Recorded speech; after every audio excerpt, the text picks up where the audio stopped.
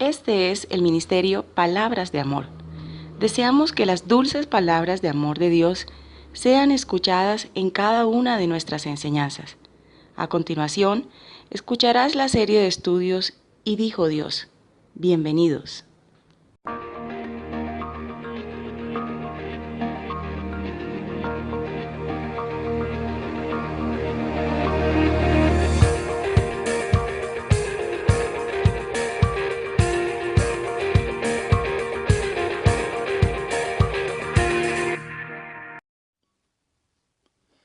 Amados amigos que me escucha, hermano, que estás en sintonía con este programa Y dijo Dios del Ministerio Palabras de Amor, te doy la bienvenida en esta preciosa mañana para que tú seas junto conmigo estudiando la palabra del Señor, para que juntos podamos entender cuáles son los misterios que Dios ha preparado para nosotros. Hoy hablaré acerca de los enemigos de Cristo.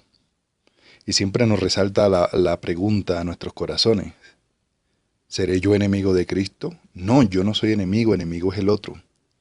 Pero vamos a profundizar un poco, de acuerdo a la epístola a los Filipenses, y vamos a ver y determinar si en verdad somos amigos o enemigos de Cristo. Así que acompáñame. Voy a comenzar con la epístola a los Filipenses que escribió el apóstol Pablo. En el capítulo 3, versículo 18. La palabra del Señor dice, y abro comillas, porque por ahí andan muchos, de los cuales os dije muchas veces, y aún ahora lo digo llorando, que son enemigos de la cruz de Cristo. El término enemigo traduce la palabra griega ectros. Es una forma parecida a una raíz un poco parecida al original, que significa odiar. Por lo tanto, denota una disposición odiosa, hostil o en oposición a otra. Eso es lo que traduce en el libro original en Filipenses. En el contexto de este libro, en el capítulo 3, se refería a ciertos judaizantes que sostenían que la salvación se obtiene sobre la base de someterse a la ley de Moisés, así como lo dice Hechos capítulo 15, versículo 1. La palabra dice, entonces algunos que venían de Judea enseñaban a los hermanos, si no os circuncidáis conforme al rito de Moisés, no podéis ser salvos. Eso es lo que ellos intentaban enseñar. Si ese es el caso, por supuesto, entonces la muerte del Señor en la cruz fue en vano, como lo dice Gálatas 2:20. Con Cristo estoy juntamente crucificado, y ya no vivo yo, mas vive Cristo en mí. Y lo que ahora vivo en la carne, lo vivo en la fe del Hijo de Dios, el cual me amó y se entregó a sí mismo por mí. Los que enseñaron esta doctrina estaban, por lo tanto, claramente en oposición a la cruz. No se puede decir nada más terrible de una persona que sugerir que es un enemigo del Hijo de Dios. Eso es terrible. En realidad, hay dos categorías de personas que pueden denominarse enemigos de Jesucristo. El primero tiene que ver con aquellos que conscientemente se oponen al Salvador y su sistema redentor. El otro, por el contrario, está representado por aquellos que pueden ser considerados como enemigos inconscientes u ocultos del Señor. Consideramos brevemente cada uno de estos dos grupos para identificar cuáles son sus características. Primero, los enemigos conscientes de Cristo. Hay quienes con los ojos bien abiertos y la boca abierta y su corazón lleno de su conocimiento falso, confiesan que odian a Cristo. Satanás ciertamente cae en tal clasificación. En la parábola de la cizaña, Jesús habló de un ser malévolo que sembró cizaña entre el trigo en un campo determinado. Más tarde, al explicar la historia, el Señor dijo, el enemigo que los sembró es el diablo. Mateo 13:39. El enemigo que la sembró es el diablo. La siega es el fin del siglo y los segadores son los ángeles. Otros han sido igualmente hostiles en su oposición al Salvador. Por ejemplo, hay algunos que en algunas entrevistas hablan claramente de la oposición en contra del Señor. En una de las conversaciones que tuvo Un hombre que es ateo fervientemente dijo claramente, y abro comillas, me gustaría cerrar todas las iglesias en el país porque odio a los cristianos.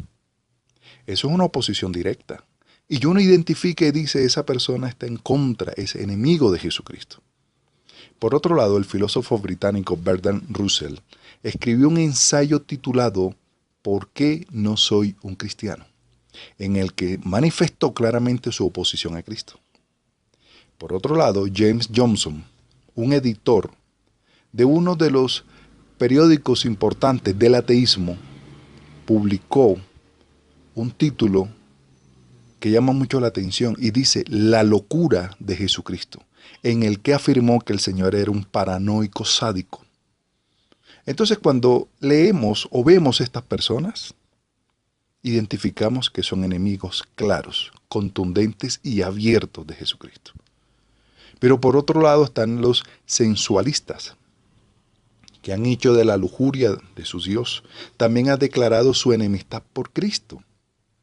Por ejemplo, los defensores modernos de la homosexualidad, las relaciones sexuales en el hogar, entre parientes, los matrimonios abiertos, etc.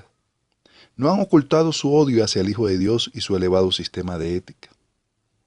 Estos son los que nosotros podemos ver abiertamente como enemigos.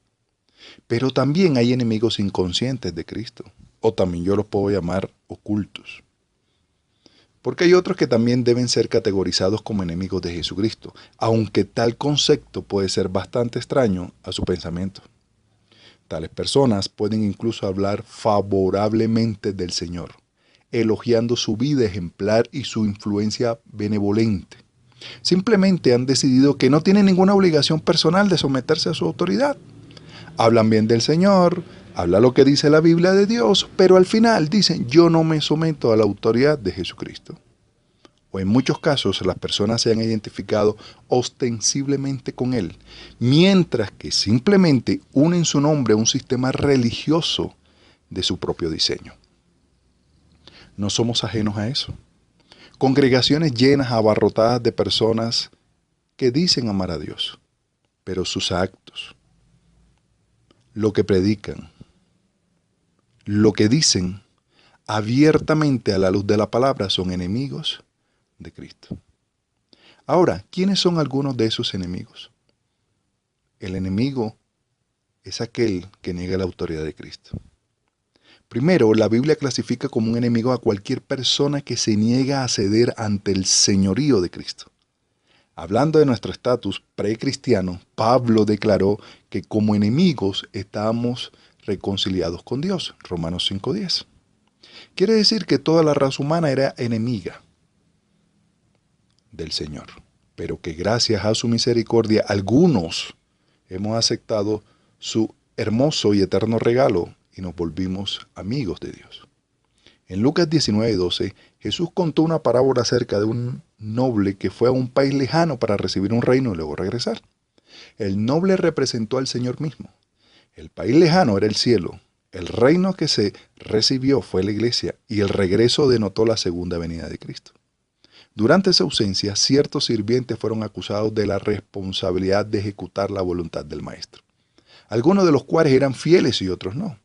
Otro grupo, sin embargo, que odiaba al noble, le envió un mensaje exclamando de manera desafiante, no haremos que este hombre reine sobre nosotros. Claramente, esta característica de la parábola representa a todos aquellos que se niegan a reconocer la autoridad de Cristo, por lo tanto, no le obedecen. El Señor describe así la situación. Abro comillas, pero estos enemigos míos, eso no significa que yo deba reinar sobre ellos, traerlos aquí y matarlos delante de mí. Eso fue lo que dijo el Señor con respecto a esa situación. Ahora, repudiar el reino de Cristo es rechazar su reino. Es igual a rechazar la membresía en el cuerpo espiritual de la iglesia de Cristo. Y la iglesia de Cristo está conformado por un solo cuerpo donde la cabeza es el Señor. Por lo tanto, hablando bíblicamente, todos los que están fuera del cuerpo de Cristo son vistos como enemigos del Salvador, sin importar cuán sinceros, religiosos o a qué denominación pertenecen. De hecho, ¿no es cierto que algunas personas a veces se ven como muy buenas, moralmente intachables?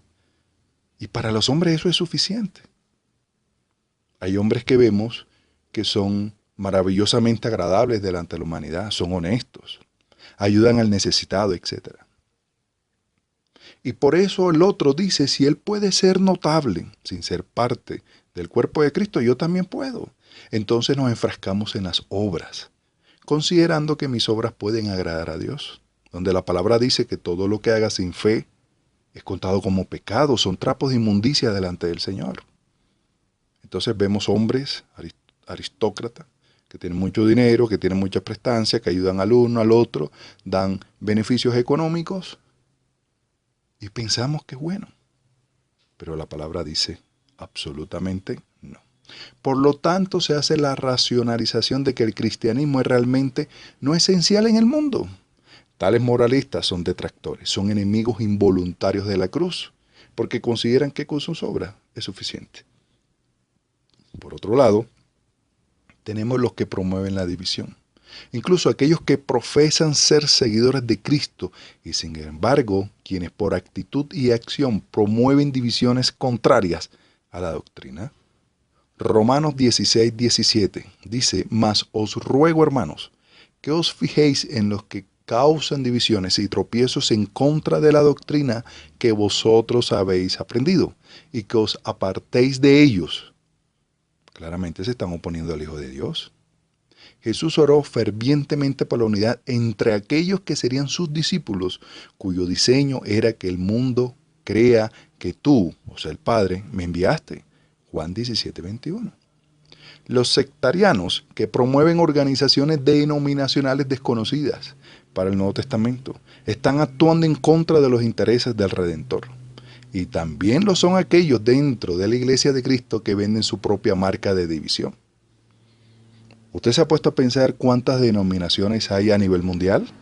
¿Usted se ha puesto a pensar que dentro de esas denominaciones hay otras subcategorías de denominaciones? Y lo que generan es división. Entonces, algunos que pertenecen a una denominación no consideran hermanos a otros de otra denominación.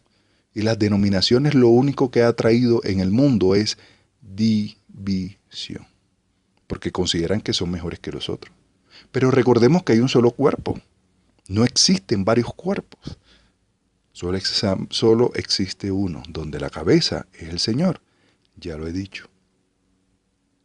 Por otro lado están los modernistas que niegan las Escrituras.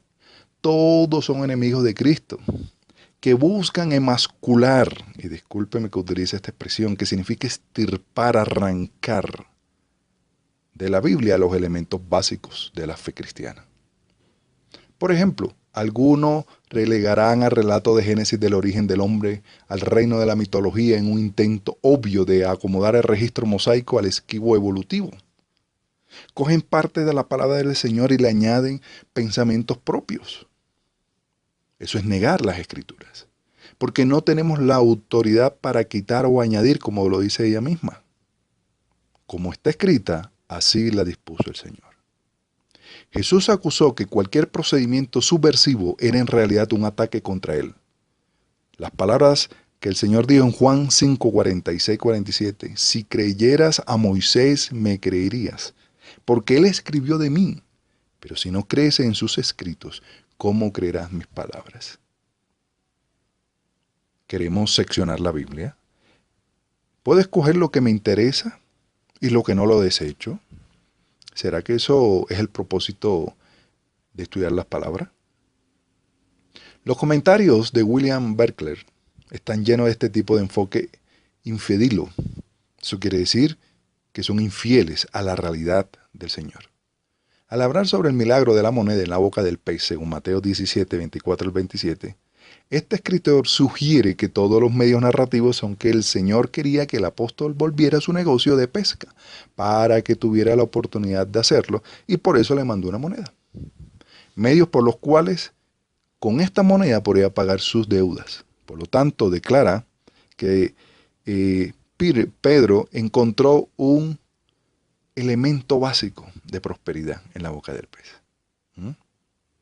Miren cómo se toma la palabra, se interpreta a la manera personal y de esa manera se enseña. Tú que de pronto vas a una congregación, no importa cuál, ¿será que lo que tú estás escuchando es la verdad de Dios? ¿O estás escuchando fábula que se están inventando los líderes? Se están inventando las personas que están enfrente, tratando de enseñar sus propias doctrinas. Pero también están los que se apartan de la fe, los que son apóstatas de la fe, se han convertido en enemigos del Señor Jesús.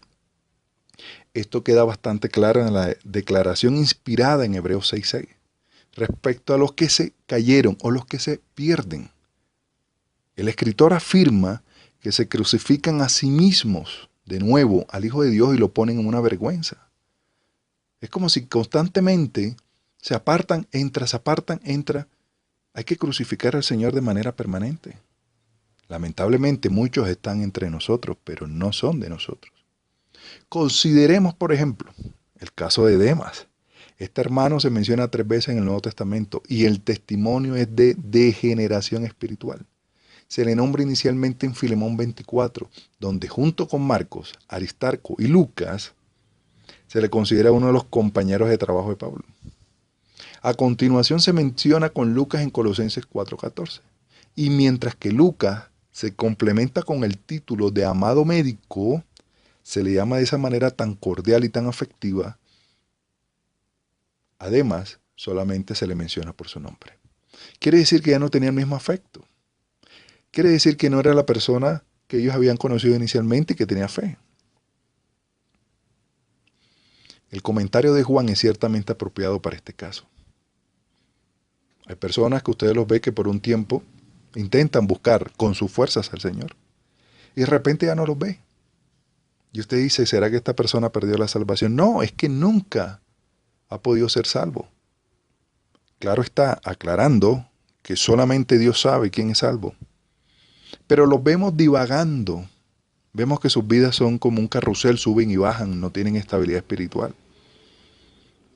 Pero la palabra dice, oh almas adúlteras, ¿no sabéis que la amistad del mundo es enemistad contra Dios? Cualquiera pues que quiera ser amigo del mundo se constituye enemigo de Dios. Eso está en Santiago 4:4.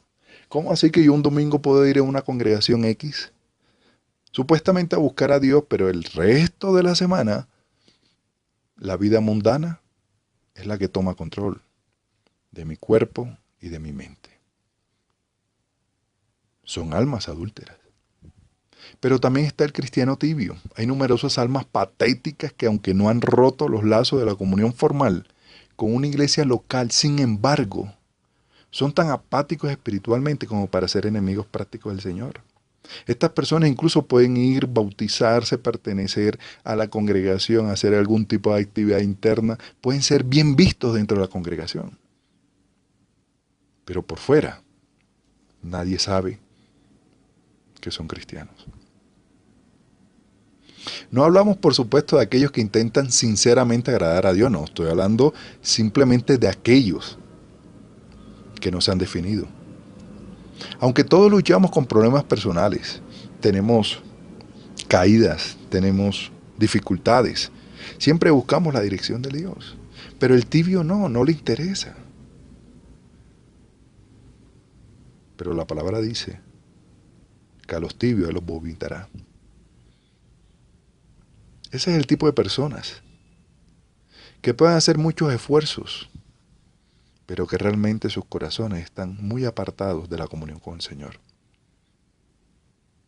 Y estas personas generalmente sienten que lo que hacen ese es problema de él y no de nadie. Si usted intenta redarguirlo por la palabra, se enojan, porque considera que nosotros no debemos meternos en su vida. ¿Se acuerdan de la iglesia de la Odisea?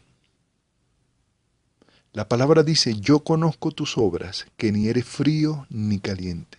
Ojalá fuese frío o caliente, pero por cuanto eres tibio y no frío ni caliente, te vomitaré de mi boca. Apocalipsis 3:15 y 16. ¿Has reflexionado sobre este mensaje? Como conclusión te puedo decir que la elección es de cada uno de nosotros. Podemos ser amigos de Jesucristo o podemos ser el enemigo de Jesucristo. Pero lo importante es que tengamos el coraje de identificarnos como amigos. Y si no, no intentar engañar, porque aunque delante de los hombres podemos ser, entre comillas, buenos, Dios es el que sopesa las intenciones de nuestro corazón. Ahora con este mensaje, ¿has identificado si eres amigo o enemigo de Jesucristo? ¿El lugar donde vas te está alejando más de lo que es el Señor realmente o te está uniendo al Señor? ¿Lo que tú estás escuchando te está llevando a entender la verdad de Cristo? ¿O simplemente te distraen para que tengas algo que hacer un domingo? Y tú, amigo que me escuchas, si por alguna razón no has conocido al Señor, es el momento.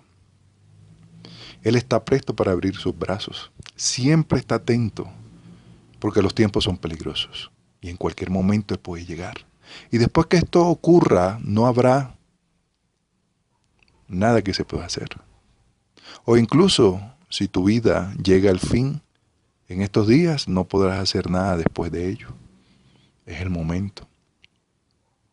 Así que donde estás, puedes pedirle al Señor, en tu corazón, si quieres hablar, hazlo, y pedirle que perdone tus pecados, que salve tu alma, que te dirija por caminos de justicia, para que lo puedas conocer y convertirte en un amigo, y más que eso, en su hijo. Pero tú, hermano que me escuchas, que vas y vienes a congregaciones, que escuchas la palabra, y que consideras que tu vida no le incumbe a nadie, te digo una cosa, es mejor que escuches la reprensión de alguien que te ama a esperar el juicio donde el Señor pueda decirte, apartaos de mí, hacedores de maldad. Tú que consideras que tú puedes ir a encontrarte con el Señor cuando te place, cuando estás aburrido, cuando tienes necesidad, voy a buscar al Señor, pero el resto del tiempo yo hago mi vida como me dé la gana. Si te constituyen enemigo de Cristo, estás en peligro de que tu alma se pierda sin la salvación preciosa que Él nos dio. Así que el mensaje es claro y contundente. Seamos amigos de Cristo y no enemigos de Él. Porque como amigos tenemos beneficios eternos, pero como enemigos tenemos pérdidas eternas. Amado, comparte este mensaje para el que lo necesita. Compártelo con otro cristiano, con el que no conoce a Cristo. Y de esta manera juntos podamos encontrar la verdad en su palabra. Seguiré orando por tu vida. Que Dios te bendiga y que Dios te guarde.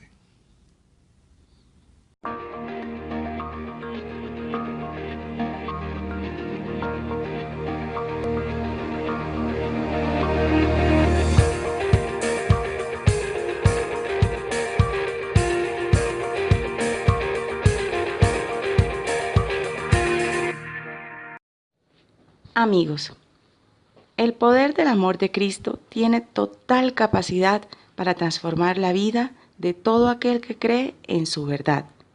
Te invitamos a que nos contactes al correo electrónico mpalabrasdeamor@gmail.com y en nuestras redes sociales. Muchas gracias por seguirnos.